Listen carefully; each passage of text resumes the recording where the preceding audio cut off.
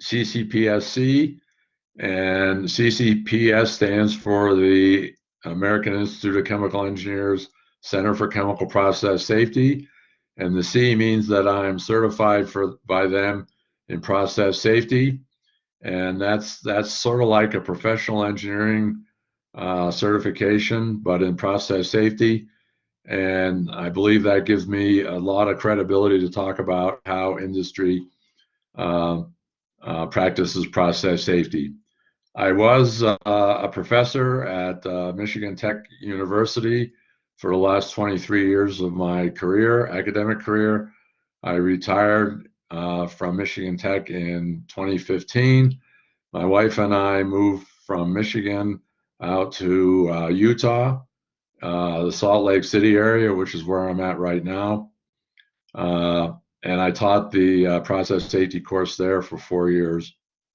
Unfortunately, I retired from doing that the year before the pandemic hit. This is one of the few advantages to the pandemic is that this technology has been developed to give a lecture from anywhere in the world. And to me, that's amazing because when I was young, we barely had a telephone.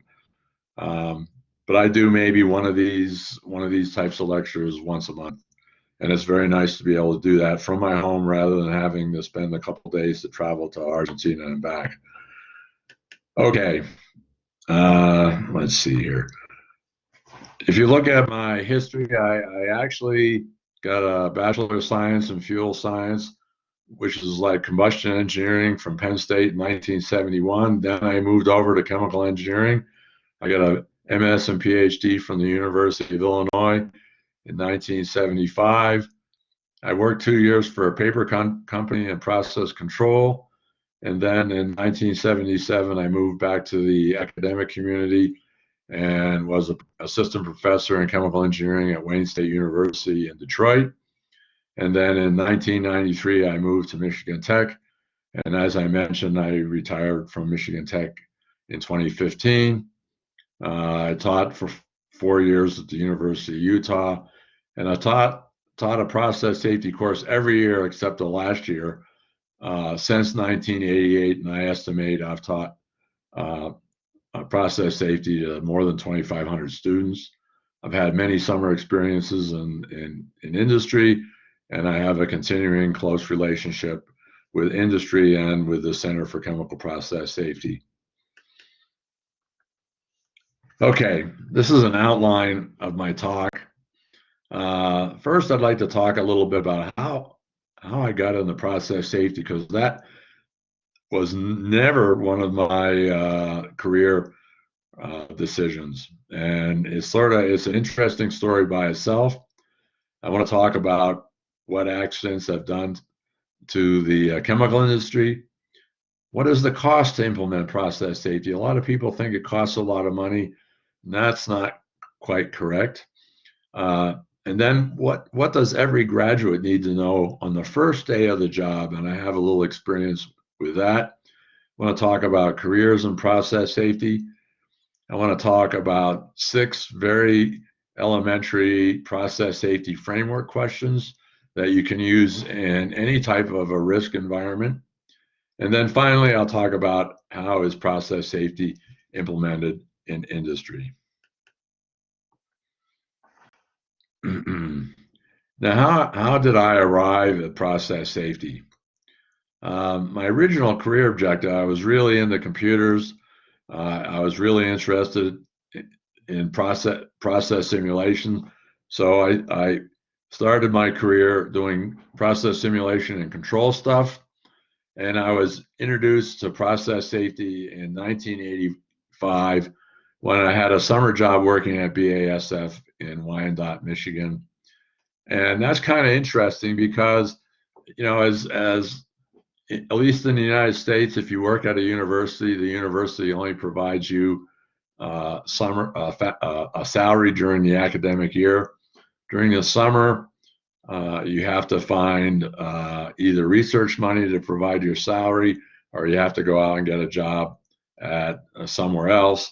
And in 1985, I didn't have any research money, and I ended up taking a job at BASF, and that's when I was first introduced to process safety.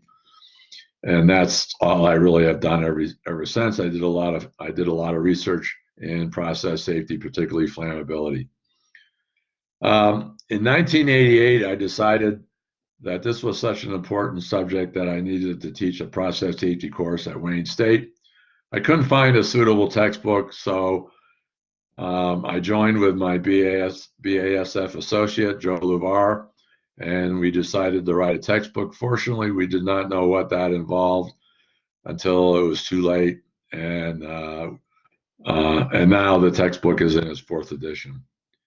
And as I mentioned, I did a lot of flammability research at Michigan Tech, and that work impacted worldwide flammability standards, and that's a different talk altogether.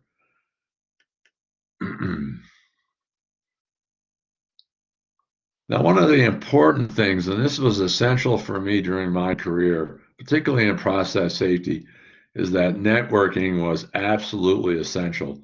I would say probably 90% of the process safety knowledge that I gained over the years came through networking with other process safety professionals. You know, I preferred to live in the academic community, but I preferred to have a continuing relationship with the industrial community. So, you know, I found very early on that in process safety, networking with industry was absolutely necessary. And if you work in industry, this is also critical. You need to network with academic and industrial folks. You know, there's lots of networking opportunities in process safety here in the States. We have the AICHE Center for Chemical Process Safety, and they do have regional symposia throughout the world, which is a good resource for process safety. And I believe, of course, I'm kind of biased on this. I believe CCPS is a world leader in process safety. They have over 150 member companies, and they have published over 100 reference books on process safety, and these are all done by the world's leading experts in this area. Sponsors many symposia around the world. And every spring in the United States, they have the Global Congress on Process Safety. In fact, that's coming up in 2 weeks. It's attended by well over 1,500 process safety folks, hundreds of technical papers. It has an exhibit with vendors. It's almost an unlimited networking opportunity. And I have attended all 16, except that's not quite true. I attended it virtually last year, but this year I'm not attending at all. Okay.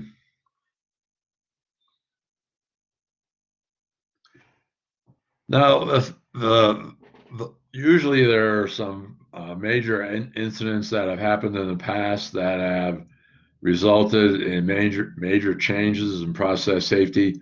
And for academic education in the United States, T2 Laboratories was that incident. It happened on December 19th in 2007. And this was a plant that was built and designed and owned by 3 master's levels chemical engineering students from the University of Florida who had no process safety instruction. And they built the plant without much input from anybody else. And they had several flaws in the design.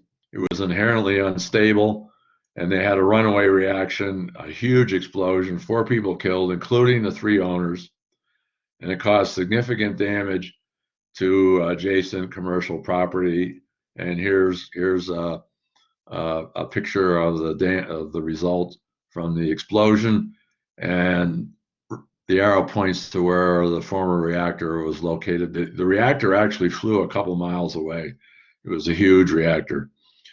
Now, I believe that if these students had 1 hour of process safety instruction, I think there's a good chance this incident could have been prevented. But this catalyzed the process safety community and the academic community in the United States, and a lot of things have changed as a result of that, including requirements and process safety education from the accreditation organization. Okay.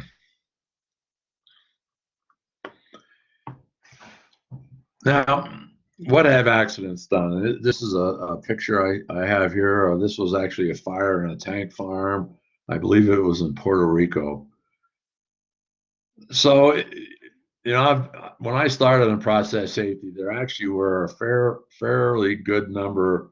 There are a lot of accidents that were happening in those days, and there were typically several major accidents happening every year. And these accidents have, of course, caused a lot of damage to the chemical industry. They've had loss of life, damage to the company's reputation, and government regulation. And this has resulted in significant changes to the profession and practice of chemical engineering. Um, and more recently, starting after 2007, it has resulted in significant changes in chemical engineering education and changes in the accreditation requirements, at least for universities in the United States. And industry, ever since I was involved in industry in 1985, they've always told me that they believe that undergraduate process safety instruction is necessary for continuous improvement in process safety. And they believe that without that, they're only going to be able to get so far.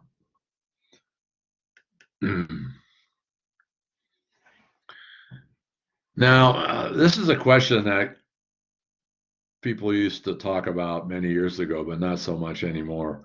What is the cost to implement process safety? You do have to have major programs that you have to design and install in your management systems in order to make this happen. And a lot of people think that that's going to negatively impact the profitability of your company. But it turns out that this is actually not true. And I have some anecdotal information that I've collected from companies over the years, and they tell me that in general, the process safety program costs about 2% of your bottom line, financial bottom line. But the anecdotal information I have is that it returns 6% of the bottom line. Now, how does this happen? Well, if you have less accidents, accidents cost a lot of money. And this is actually a quote from Trevor Kletz, who was a big process safety person in England. He's passed away now. But he always said, if you think process safety costs a lot of money, then have an accident, and then you'll get a better idea how much process safety is going to cost you. But in addition to that, typically what companies find is that the product and operational costs are reduced. They find out that the process and operations are improved. They run a lot better. The employees are happier. Insurance costs are reduced, and there's many more. And if you look at this, the net result of a 4% improvement in your overall bottom line, that is astronomical. If you went into a corporate president and said, I have a way in which you can improve your bottom line by 4%, they probably wouldn't believe you.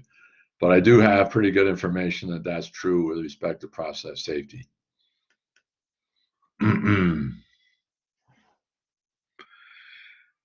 Now, what do chemical engineering graduates need to know the first day on the job?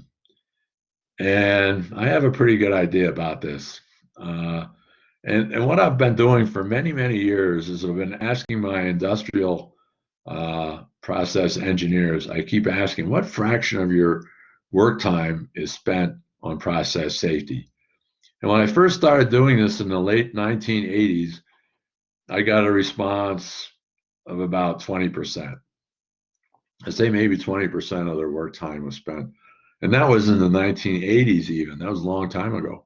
And currently, when I ask industrial people, they say 25 to 50%.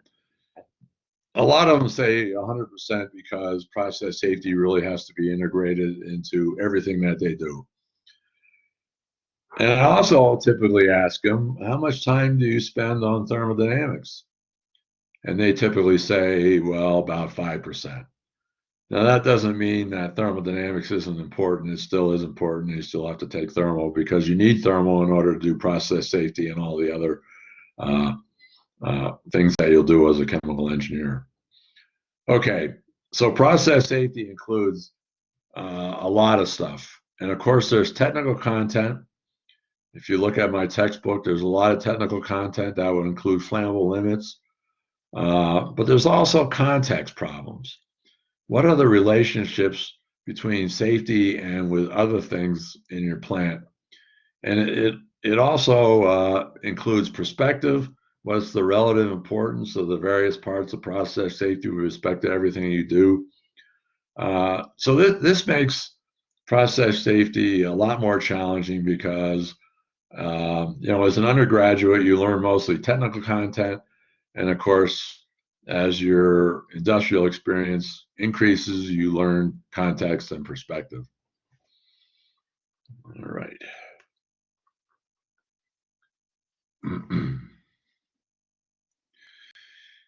Now, what's also interesting, what's also interesting is that process safety, if you're a chemical engineer, in fact, if you're an engineer, period, process safety is going to be important to you no matter where you work or what you do. Clearly, I've already talked about this. If you work in the petrochemical industry, you need to have process safety. I don't care who you work for.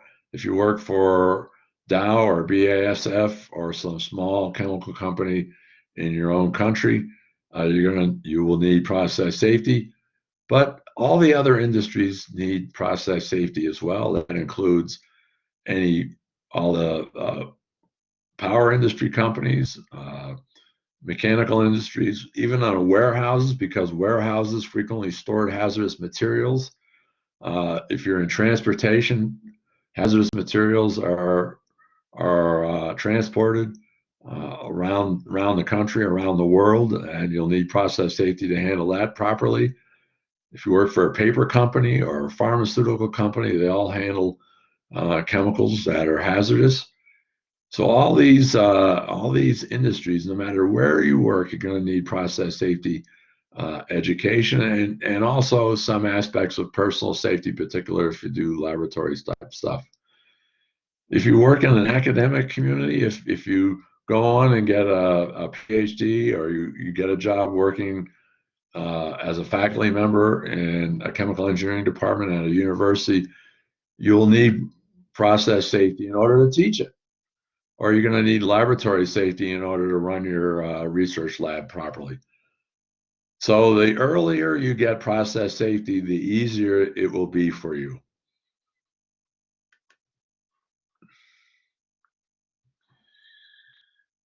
Now, this is a question that I get frequently.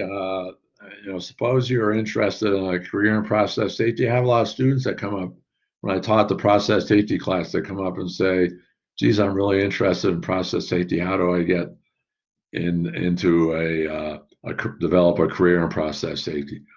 And actually, I believe this is really a great career objective because for many companies, process safety is a fast track to an upper level executive position. However, the problem is process safety is one of those things where you need experience. You really need experience. And in order for you to be effective, even in an executive position, you're going to need quite a few years of experience to make sure that this works out. Working in the trenches, working in the actual plant environment, and that will give you a lot of perspective and experience on process safety.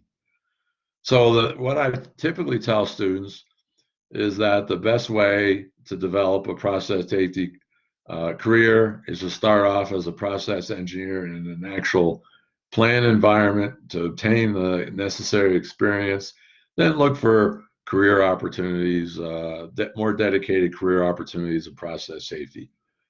If you work as a process engineer, you will be spending a lot of your time on process safety. But if you want to spend more time, and there are opportunities in companies, they typically have a safety department that assists the process engineers.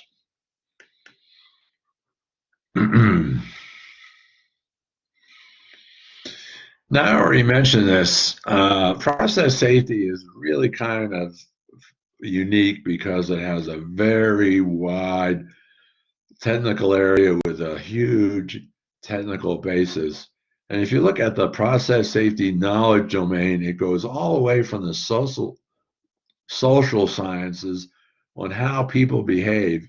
And one of the process safety issues that has come up over the years is, how do you train and how do process operators or how do people doing specific tasks in a chemical plant, how can you change the environment to make them work better? And that's more of a social science type issue. So that's at one end of the spectrum.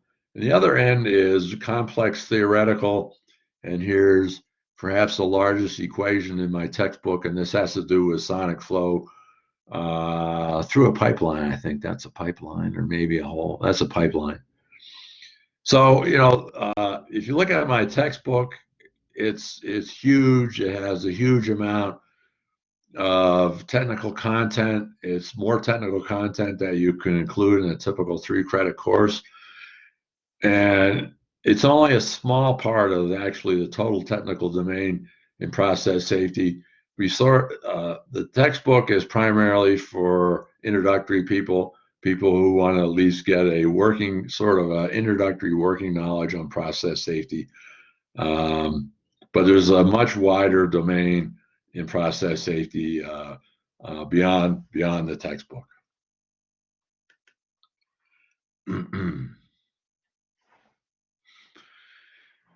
Okay, so here's a situation that you probably encounter on a fairly frequent basis: filling the gas tank on your car, assuming you have a gas-powered car. A fair number of people have electric cars now, and that's a different situation. So you do this frequently, or you did do it frequently if you have an electric car. So what should you think about when you drive into this gas station to fill your automobile? How do you approach this? What questions should you be asking to fill your gas tank safely?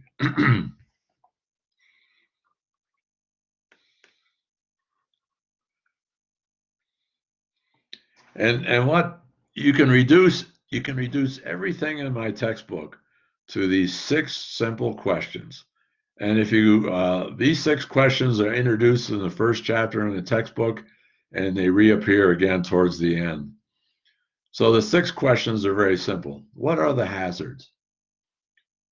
Typically in a gas station, the hazards are, of course, fire and explosion hazards due to the flammable gasoline. Then number 2, what can go wrong and how? How bad can it be? How often can it happen? What is the risk? And how do we control and manage the risk? Now, it turns out that they do have accidents at gas stations. There are fires, there are some explosions, and people get burnt and perhaps even killed in some situations. So it is a hazardous situation. You have plenty of hazards around wherever you live. If you do repair, if you do work on an automobile, you have hazards. If you do electrical work, you have hazards. So here I've taken those 6 questions and I've organized them according to 4 major groups. The first one is hazard identification, and that's the first question: what are the hazards?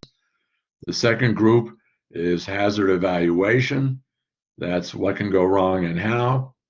And then the third major heading is risk analysis. How bad can it be? And that's actually consequence analysis. How often can it happen? And that has to do with likelihood and probability. And what is the risk? And the risk is a function of both the likelihood and the consequence. And then finally, you do risk assessment. How do we control and manage the risk? And like I mentioned, these are introduced in chapter 1, appear again in chapter 11 of the textbook.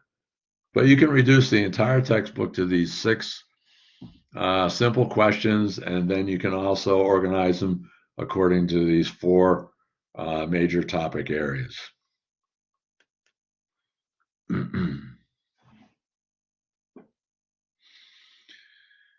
Hazard identification. What are the risks? And this is a picture I took of a warning sign on the side of a gas pump in a gas station that's not too far from where I live in Salt Lake City.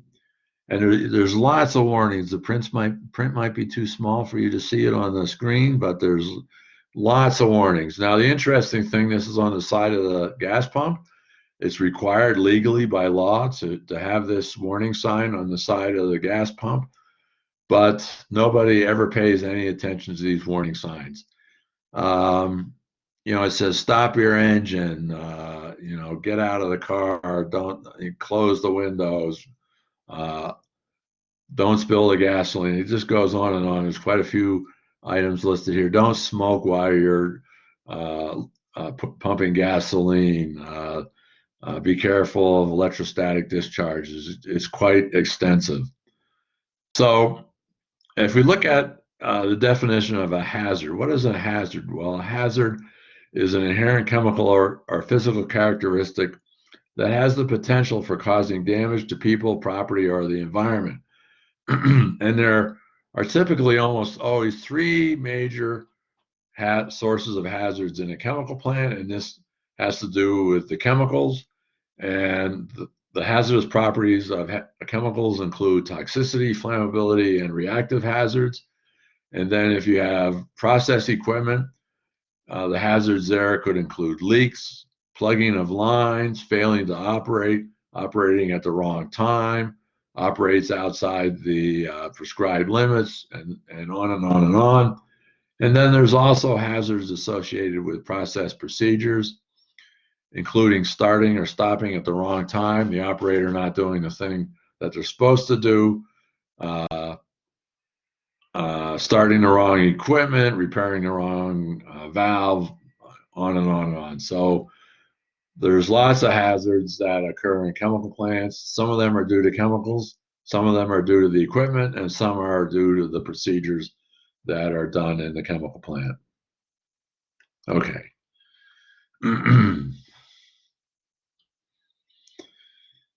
I got to put my glasses on to see this. Maybe not. Okay. Then hazard evaluation asks the question, the simple question, what can go wrong and how? And here's a picture of a burnt vehicle at a gas station. And believe it or not, this is a Lamborghini automobile. The Lamborghini automobile in the United States, I think they start at $200,000 and go upward sharply from there. So whoever had this fire was very not happy about the consequence. Nobody was injured. I understand. I don't know much about this incident, but I understand from somebody that it did not occur due to something that the driver of the Lamborghini did. Somebody else at an adjacent station filling pump caused the problem that resulted in the total burning of this car. Okay, so what could go wrong and how? And you know, you have to use some systematic method to identify what can go wrong. And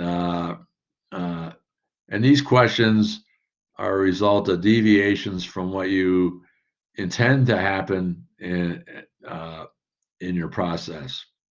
So these are some simple questions that you can ask with respect to the gas filling station. You know, what if the pump leaks? What if the hose leaks? What if the vehicle fuel tank leaks? What if the fuel is siphoned backward from the vehicle fuel tank into the storage tank? What if the nozzle falls out of the vehicle while you're filling it? You know, what if the nozzle, let's see, what if the nozzle is, the flow is started before putting the pump in the fuel tank? What if the vehicle is running while you're filling the tank? Years ago, that it was fairly common, particularly in the winter. People would run their car while they're filling, but now they don't allow that anymore. What if the vehicle moves while being filled, maybe you didn't put the emergency brake, the parking brake on. What if the motorist or the person filling the gas tank is smoking? What if the pump is left running after the fuel tank is filled and it continues to and it overflows? What if another vehicle runs into the pump? What if the nozzle is not removed from the tank before the vehicle is driven away? And that actually happens fairly commonly. In fact, they have special breakaway joints on the fuel lines to prevent that problem. And the list keeps going on and on. So the question is, how can we come up with these questions and how can we answer them? Then we move on to risk analysis. How bad can it be? How often can it happen? And likelihood, as I mentioned likelihood earlier, likelihood is a measure of the expected probability or frequency of the occurrence of the event. So a frequency would be 1 failure per 10 years, which is 0.1 failures per year. And a probability is, it could fail once every certain amount of period. Now, up through the early 2000s, the dominant method that was used to perform risk analysis was to use a quantitative risk analysis method, QRA. And that actually was the original basis of the textbook QRA. And there's still most significant parts of QRA in my textbook, but there are other approaches that are less tedious. So the way a QRA works is you start with a source model, which represents some sort of a leak from process equipment. You then couple that to a dispersion model where the chemical that has been released mixes with air and moves downwind with the air.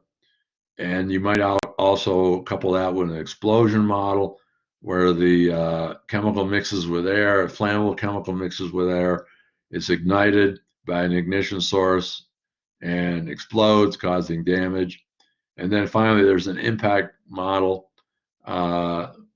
which calculates the number of fatalities, injuries, damage to equipment, what sort of toxic plume was generated downwind, and so forth. Now, the problem with QRA is that it took a huge amount of work. And even if there are simulators, there are detailed simulators that are available that can do all these calculations for you. The dispersion model, the release models, the impact models, they're all built into these very costly simulators that you can buy now. But even if you do that, there's still large uncertainties in the result. If you have a hole in a tank, how big is the hole? You don't really know what the hole size is going to be. So that's the problem. There's great uncertainties. And it did take a huge amount of work and still lots of uncertainties.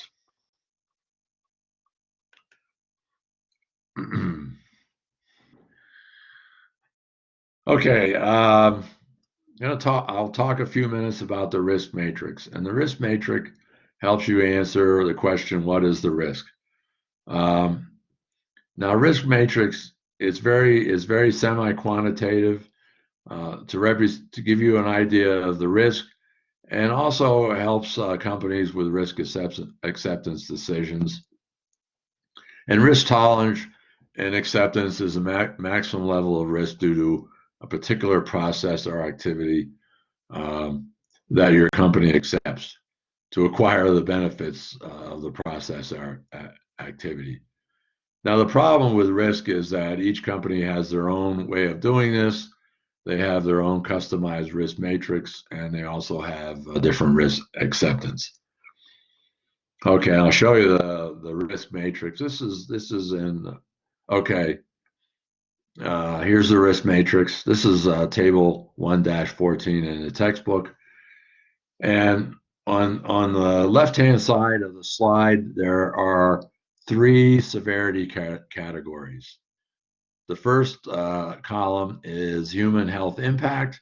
The second one is fire, explosion, direct costs in dollars. The third column is chemical impact. And then under each one of these severity categories are different levels of impact here. It could be at the very top.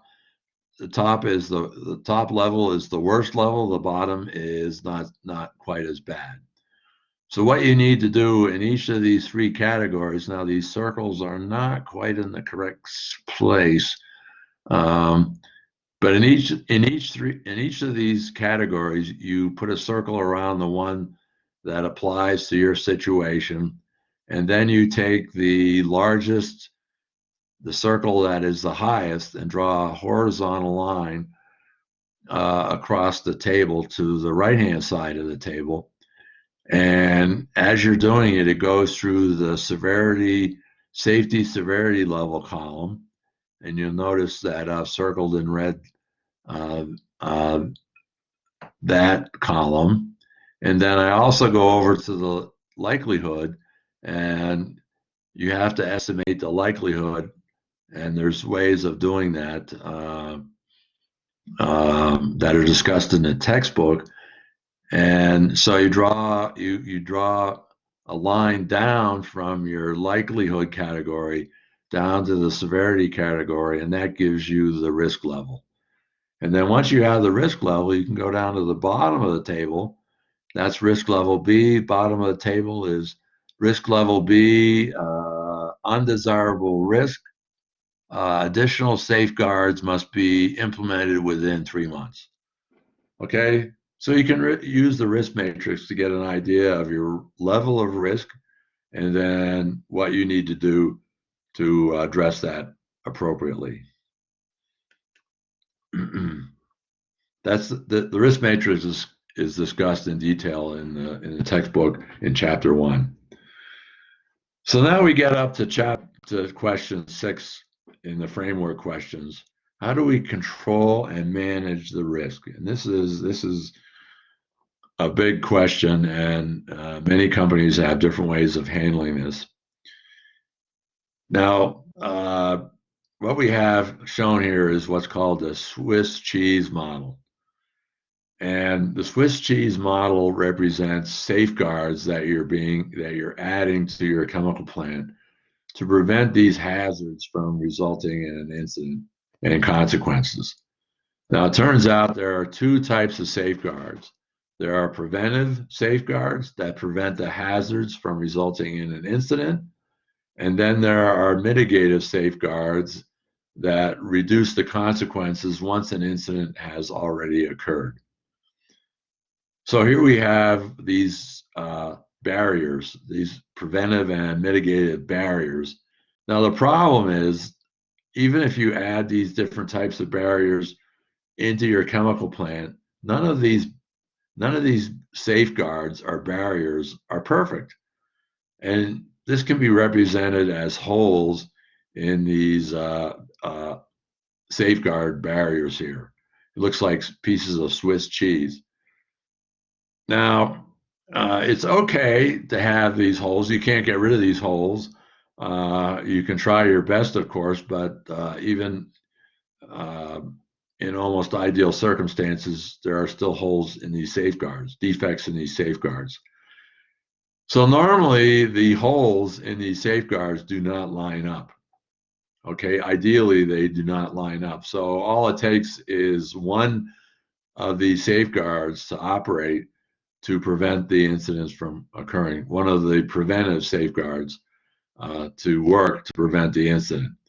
Or you could have every safeguard every mitigative safeguard that exists reduces the consequence of an incident. So the problem is we have these holes, and it's not even that simple. The holes in these layers, they change size, and actually they're probably not circles, and they move around within these barriers, safeguards. So every chemical plant adds these safeguards to their process to achieve the required target mitigated event frequency. And this was the TMEF that was actually shown on the risk matrix on the previous slide. And this TMEF is the basis for LOPA, layer protection analysis. and that's actually the procedure. LOPA is a very common procedure that is used in chemical plants on a daily basis. I can almost guarantee if you work as a process engineer in a chemical plant, I'm almost certain you'll be introduced to LOPA because process engineers use LOPA on a daily basis, layer of protection analysis.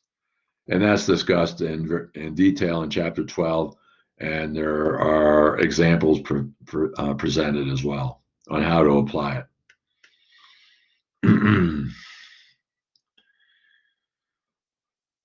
Okay, now here is a list of some of the preventive and mitigative safeguards, and this is just sort of this is a list of some common ways, some common safeguards that people use, and it's sometimes hard to quantify to put which classification is the safeguard. Is it preventive or is it mitigative? And it depends on whether a negative consequence has occurred. If the safeguard comes into play after some sort of consequence has already occurred, then it is mitigative. Okay, so the preventive safeguards prevent an initiating event from proceeding to undesirable incident. However, even if this occurs, you may have financial loss in production or downtime because frequently a preventive safeguard might actually shut down the process if it identifies an unsafe situation. Okay, so what are examples of preventive safeguards? Well, the control system is a preventive safeguard. It maintains the process within certain boundaries, so it prevents incidents from occurring. An alarm system might identify, alert the operators to conditions that are out of range. You might have an emergency shutdown system that shuts the system down before some sort of incident occurs. You might have an emergency cooling system. You might have maintenance of equipment as part of your preventive safeguard. And I actually have an example here at home. What's a preventive safeguard? Well, you might have a ground fault circuit interrupter in your electrical system to shut down the electrical system in the event that you have any sort of current drain outside of the normal current drain. You might have wiring in your home or your apartment that's done to proper standards or code. And in an automobile, you might have a collision avoidance system. A lot of the new automobiles do have this, and that is actually a preventive safeguard, prevent you from actually having a collision. Now, a mitigative safeguard, on the other hand, reduces the consequences after an incident has already occurred. And that could include an alarm system. You could have a flammable vapor detector in a process or storage area that would sound an alarm if they had a leak of a flammable material. You might have fire protection, which can include fire water sprays, deluge systems in your tank storage areas. You might have diking around a storage vessel to prevent the liquid that may leak out of the tank from going into, let's say, a stream or a river. You might have insulation on process equipment to reduce transfer to the process in the event of fire. Could have emergency power, emergency response team. And in your home, a mitigative safeguard is actually, our apartment is your smoke detector or a CO detector. And on an automobile, seat belts are actually mitigative safeguards. They prevent you from, it reduces the injury to the inhabitants after an accident has occurred. When I was young, we did not have any seat belts at all. We just sat in the car. In fact, my brothers, sisters, and I, we used to all play around. My brother and I would wrestle in the back seat while we were driving around. Okay, so you might have a padded dashboard on your car. You might have a collapsible steering column and they're all mitigative. Now, some things are actually difficult to classify. An alarm system might be preventive and might also be mitigative. Okay, let's see. Now, how is process safety actually implemented in an industrial environment?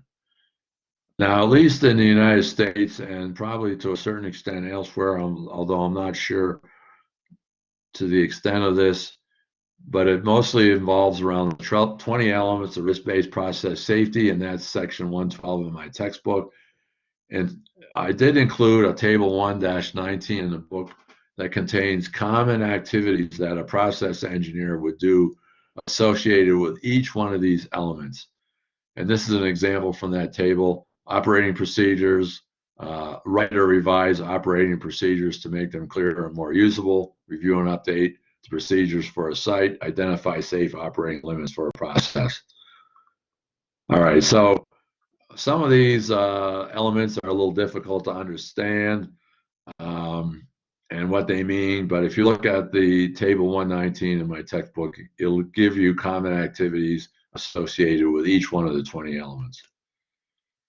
And here is a list of the 20 elements, and there's a book that's published by the Center for Chemical Process Safety of AICHE. It was published in 2007. It's 698 pages long. And actually, I don't think the organization is as good as it should be, but and the writing is not as good, but that's something else. So the 20 elements are under 4 foundational groups. There's commit to process safety, understanding hazards and risk, manage risk, and learn from experience. And those are the 4 foundational groups. And then under each one of those foundational groups is the 20 elements.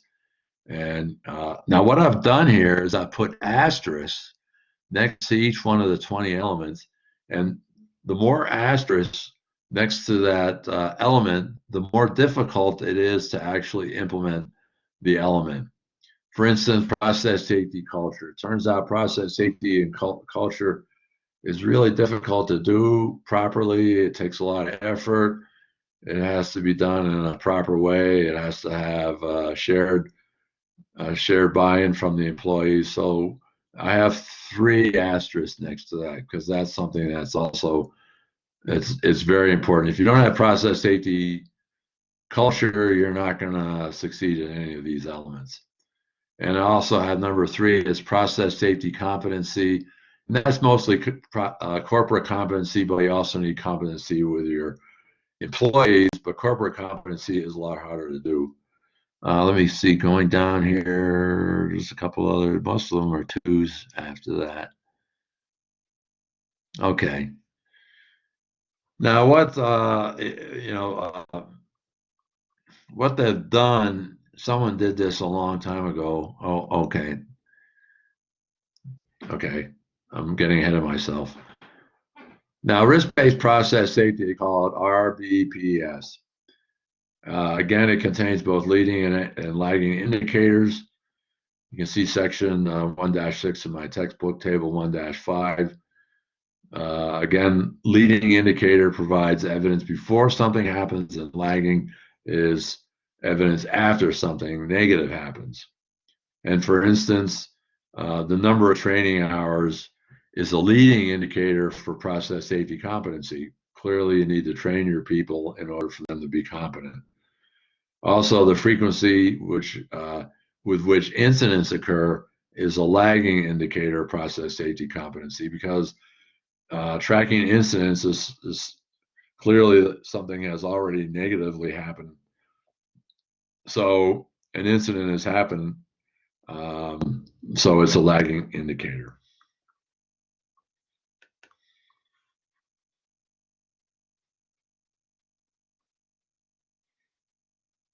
Let's see. Okay. Now, what someone has done, this is just an interesting way of describing this. Here they've got the 20 elements. They've got the 4 foundational groups at the bottom. And then from the foundational groups, they have these columns. It's like a column in a Roman temple or something like that. And at the top is process safety management. The Center for Chemical Process Safety came up with this way of representing these 20 elements, and then people in the industry started calling this the Temple of Doom, based on the Indiana Jones movies. Okay, that's just a way of conceptually. Well, let me come up with a summary. I'll be happy to answer any questions that you have after this. If you're a chemical engineer, process safety is going to be important no matter where you go. Even if you go into academia, even if you work in a warehouse or any place you work as a chemical engineer, you'll have process safety. As I mentioned, if you really want a career in process safety, you really need to get process experience first to understand how process safety is implemented in a plant environment.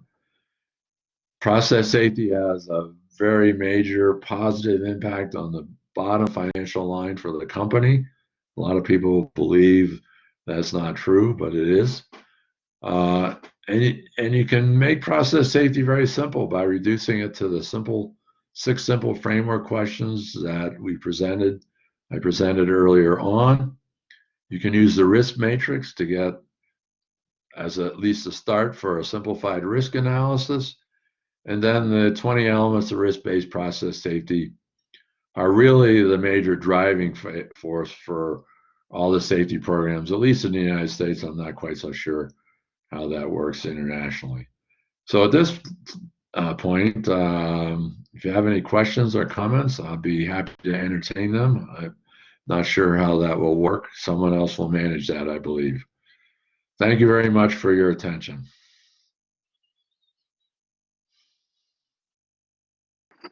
Great, thank you very much, Dan. It's now time. There we have some questions in the chat. There is a question in the chat, and then another person raised their hand. Maybe we can start with the one in the chat, and then we see the other one. There was one here that disappeared. Okay, I can read it for you. Okay. If you could read for me, that would help. Thank you. Okay, it's great. It says, well, first of all, excellent dissertation. Thank you so much. And then a question. It's possible to design a perfect factory with no accidents and risks? No. That's the simple answer. Of course, the more effort you spend on process safety, the more you try to prevent an accident in your process, the more it's going to cost you. Okay, so the costs go up as you start getting further and further, and eventually you reach a point where the improvements in your process that you're making are not cost effective with respect to process safety. Okay, so I don't think, fundamentally, it's not possible to design a process that will not have an incident. Of course, if you're making, you could have a process that does not have any hazardous materials in it. It could just be water. It could be just your water plant that supplies water to your community. But then there's electricity, there's mechanical hazards, there's rotating pumps, there's high temperature hazards. So even if you're dealing with water, you still have hazards in your plant. Okay, is there another question? I think someone just raised their hand before. I don't know if it was a mistake, but if not, you can speak now. Okay, Alejo. You hear me? Okay, I hope my question doesn't sound that simple, but I wanted to ask, which do you think is like the main rule, the fundamental one that you don't have to break in an industry if you don't want to cause any troubles, any accidents? Well, so what was that? The major rule? Is that what you were asking? Yes, that's it. if you don't participate in the process, if you're not actively engaged in the process safety program that in your facility, you won't survive there very long. Okay, you have to have active participation in a very positive way in the safety program at all levels in order for you to be successful in your career. All right, that's actually more advice than a rule. Okay, any comment on that or another question?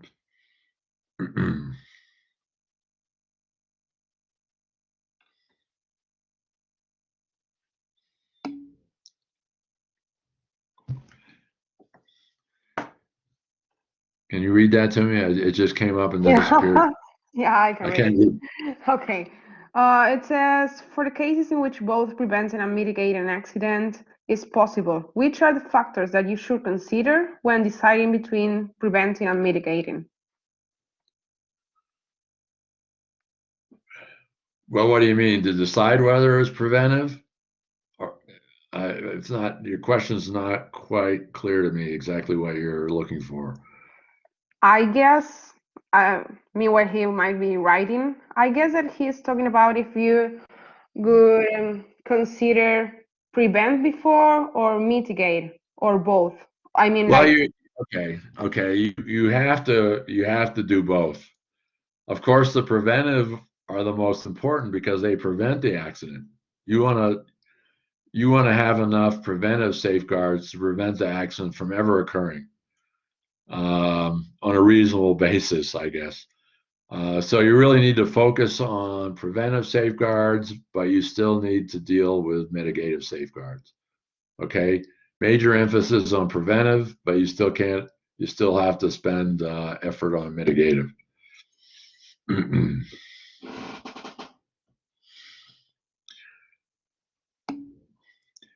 You can ask me questions outside this lecture just about chemical engineering if you want.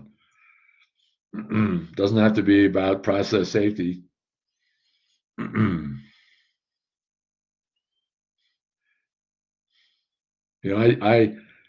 love chemical engineering. I can't imagine doing anything else.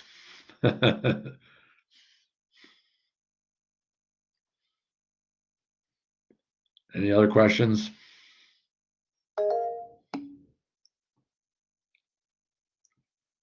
there is another one in the chat. Okay. I'll read it for you. It says, you mentioned that adoption of a process safety culture is one of the most difficult things to do. What have you found to be effective in instilling this sense of culture? Well, there have been many books written about process safety culture, and as I mentioned before, if you fail at culture, you're going to fail at everything else. Your process safety program is not going to work at all. It's relatively easy to see defective process safety culture.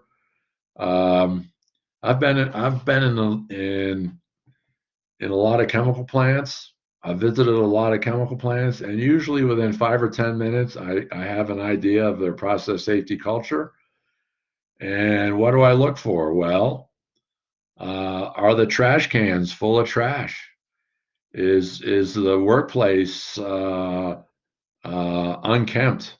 Is it disorganized? Even even the lavatories. The lavatory's a mess. If you can't keep the trash cans empty, how can you maintain a safety program? So I look for those types of things,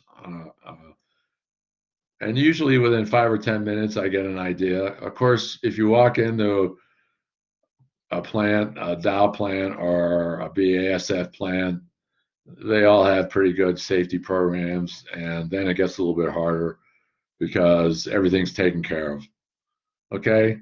And of course, you need participation by upper management. Upper management is very crucial. They have to understand how process safety works, and they have to have experience in process safety, and they have to have the right attitude with respect to engaging with their employees in order to make it work. Process safety culture is really difficult, and if plants fail at process safety, they almost always fail at process safety culture. Usually they have other areas that they fail at as well, but almost always process safety culture.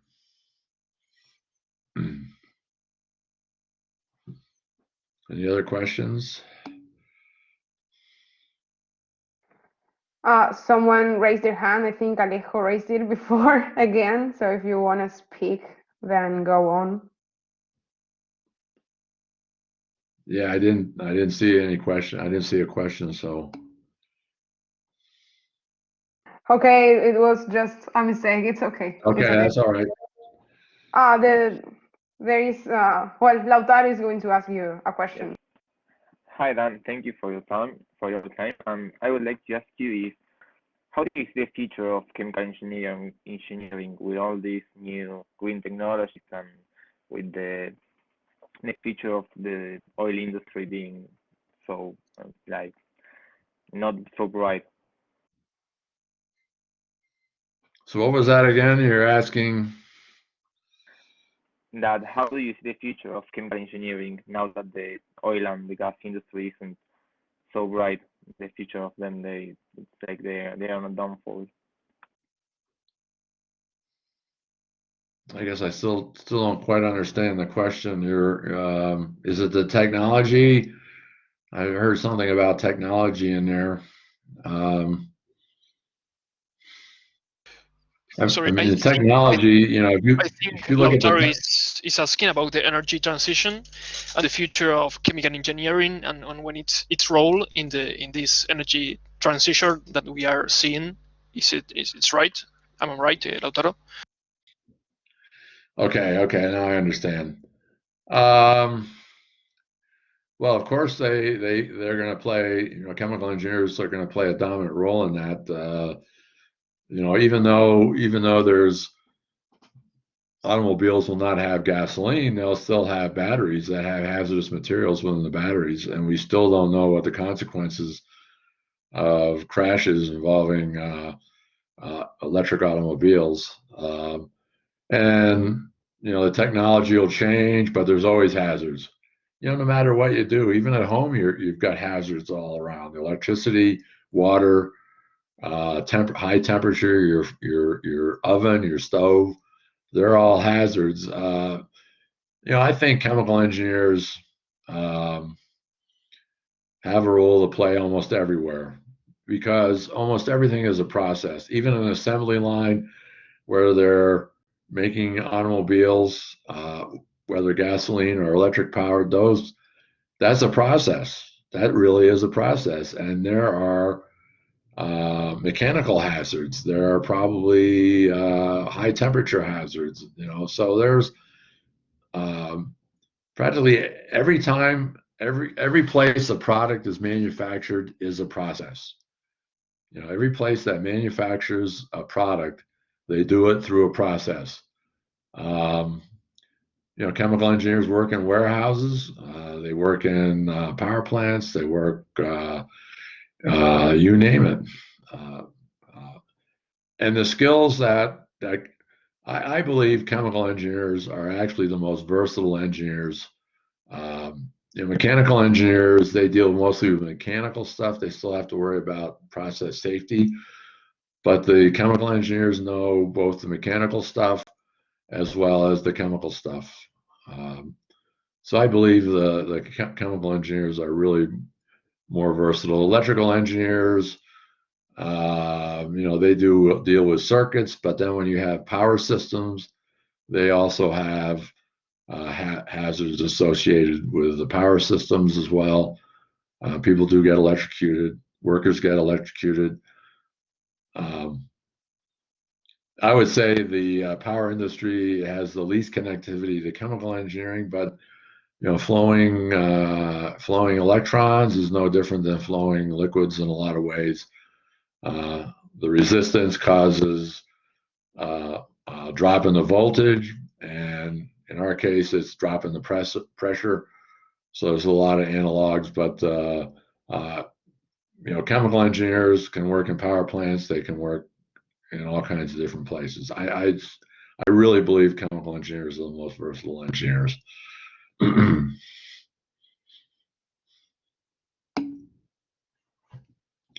And chemical engineering is not easy as a result of that.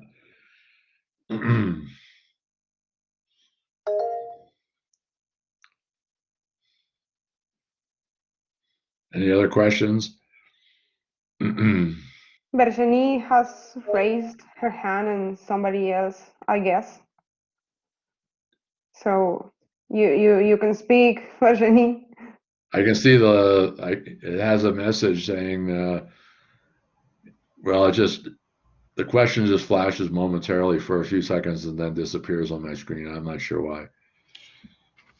Dan, I don't know if you can hear me. Yeah. Yes, yes. Okay. I have a question for you.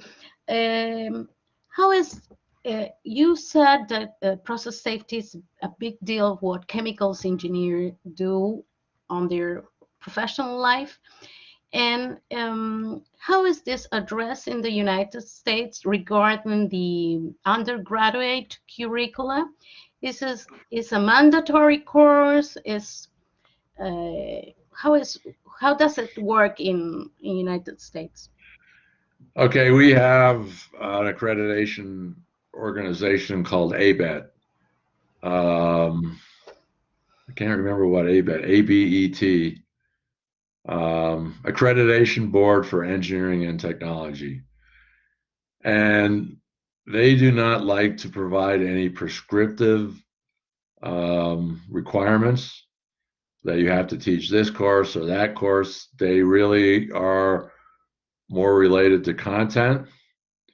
So they do have some content requirements on process safety that can be interpreted and that can be met in a variety of ways.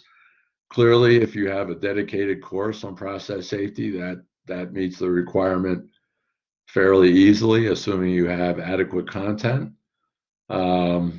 I believe that my personal opinion, of course, I'm a little bit biased on process safety. I think you need a required course to some extent to bring everything together and to address some topics that can't be considered adequately in other courses.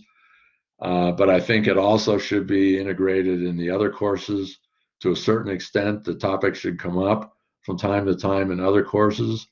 I think you also have to have a robust laboratory safety program in your unit operations laboratory or any other process lab, or even some of the scientific labs that you have. You need to have lab safety because there is overlap in all the safety areas.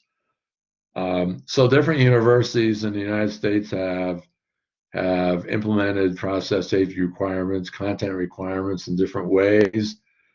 Some have had a required process safety course, others integrated. It's a little bit harder to integrate it because then you have to make sure that the faculty actually teach that content and the students have mastery on that content. So it's really up to the university on how they want to do it. Now, do you have any requirements in Argentina on process safety, or are you just doing it as a university initiative or department initiative? We don't have a requirement at all, no. And we are doing just because we think it's important. Well, I think, industry will be very grateful. I think if you have content, I think that will definitely increase the value of your graduating engineers quite a bit. Thank you very much. Because they'd rather have you at least have some understanding, technical. The chemical industry believes that having content and process safety in the undergraduate curriculum is of enormous value to process safety in the industrial world. Okay, any other questions?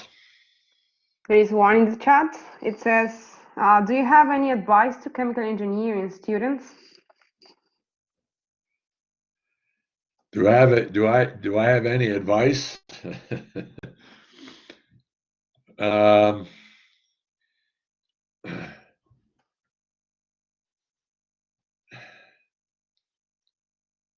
well, the advice, I think the one trap that I find that some chemical engineering students fall into, and this is particularly ones that are very smart and can do anything they want. Some students think, hey, I should be a chemical engineer because they make more money. Well, that's a reason for being one reason for being a chemical engineer, but I don't think that's the most important reason. I think if you want to be successful at your career, you really need to enjoy it. Okay, so think about that. Now, maybe as an undergrad, the undergraduate experience is not all that reflective of what actually goes on in industry. I mean, the undergraduate experience is mostly all technical content, and it doesn't really show how industry handles how they do their thing. So in my case, I enjoy chemical engineering because it has a huge continuous learning component. Okay, I'm 71 years old, and I learn chemical engineering stuff every day. It just amazes me. So my advice is, I hope if you're a chemical engineer that you enjoy it, although you might not be able to discern that as an undergraduate alone. You might get a better idea if you have some co-op experiences or some industrial summer experiences. And it has a huge continuous learning component to it. You're just learning new stuff all the time.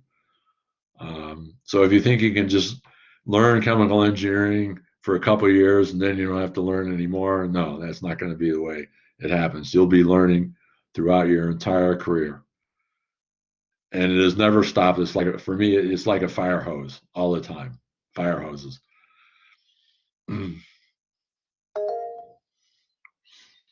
Any other questions or comments?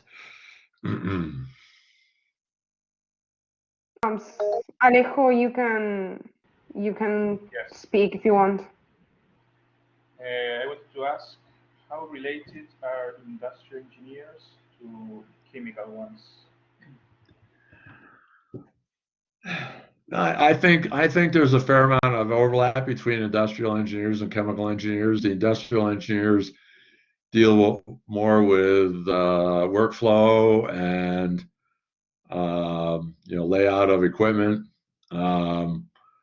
There's also industrial hygiene, which is frequently associated with industrial engineering. So there's a lot of overlap.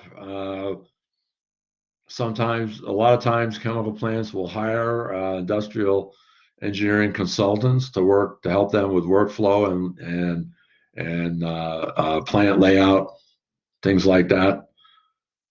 So there is overlap. I think there's overlap between all the engineering. I think process safety is a necessary component, no matter what type of engineer you are. But it differs to a certain extent. Electrical engineers have different hazards. The mechanical engineers have more mechanical hazards. So there's differences, but I think process safety, if you're an engineer, you're working on a process, okay? Whether it's a power plant process, whether it's a process to produce chips, computer chips, whether it's a process to make ice cream, it's still a process, and they have hazards. Now it turns out that ice cream plants that's a big process, and they frequently hire chemical engineers in the ice cream plant. Imagine that, you get free ice cream on top of your job. And why do they hire chemical engineers? Because they have ammonia plants for the refrigeration. And there are a fair number of ammonia accidents that occur, at least everywhere, even in the United States and elsewhere. So you can work in an ice cream plant as a chemical engineer because of the ammonia. Thank you. Okay, great. We are going to have last two questions. First, we have Tiago, who has raised his hand. Yes, I had. Sir, I had a question. What do you think it is more important in a process? To minimize the need of process safety or to maximize process safety in a hazardous process? Oh, that. There is no single answer to that question. Every company has to figure out at what level works for them. You can't spend all your time working on process safety. You do have to produce a product at some time, right? On the other hand, you just can't produce a product without considering process safety. So every company has to hunt out a place where that works for them. There's no simple answer to that. Okay, sorry. I wish I could give you a simple answer. No, but, yes, I understand. Thank you. Okay, great. Now, Lucia, if you want, you can do the last question. Yes, hi. Thank you, Dan, for what you've been talking about. I wanted to ask you, if process safety hadn't been an option back then, what do you think you would have specialized yourself in?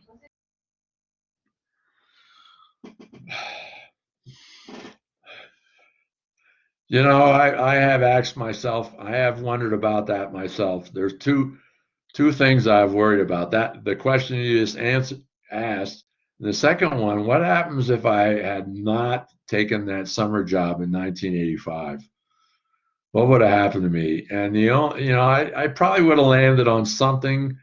It probably would not have been as successful as process safety, because process safety matches my abilities pretty nicely. I might have ended up as some poor lost soul without any thing to motivate them. That would have been a worst case for me. That would have been a worst case situation, because if I don't have continuous learning, I'm probably in trouble. So I was very fortunate, very, very fortunate in my career. Up until 1985, my performance in my academic career was so-so. It wasn't until I landed in process safety that I started to make a lot of significant, my academic career took off after I landed in process safety. I was trying different things. I was director when I was at Wayne State University. For 3 years, I was director of their engineering computing facility. I was interested in a lot of computing stuff. So I've moved around to different things. I hunted for different things, hoping I could find something that really would fit my ability level and my personality, and on process safety. And the other thing that was really very fortunate for me is that in 1985, when I started in process safety, I had no academic competition. No academic competition. I didn't have to worry about competition by any other academic in the United States. Okay, I was pretty much on my own. I could do pretty much what I wanted, both on education. So I did education, I did research, and I did very well in both. Very well in both.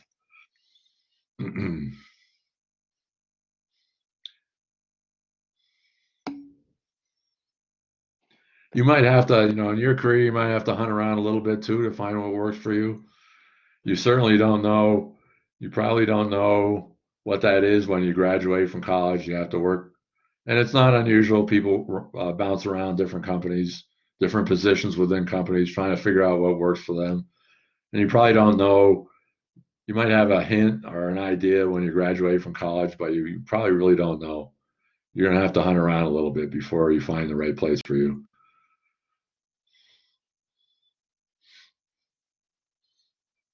And that's also great because it's nice to be able to live in a society or a place where that works. You can do that. If you try one thing and it doesn't work, you try something else. And chemical engineer is very versatile. If you can't find what you like to do in chemical engineering, and you can go into management too. A lot of presidents and vice presidents of major corporations are chemical engineers. So you can go into management if you like management type stuff. That's another option for chemical engineers, and they do very well at it because it's a process. Management is a process, and to be a president of a chemical company, you have to understand chemical process safety. Any other questions? Those are good questions. Thank you. Gave me an opportunity to spout off about some things. By the way, you folks have very good English.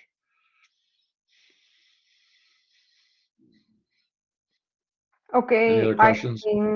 I think that's all for now. I would really like to thank everyone who stayed until the last second. So that's awesome for us. I would also like to thank Virginie because this wouldn't have been possible without your help. And Dan, we are so happy and proud to have you here. Thank you so much for your time and hope to see you again.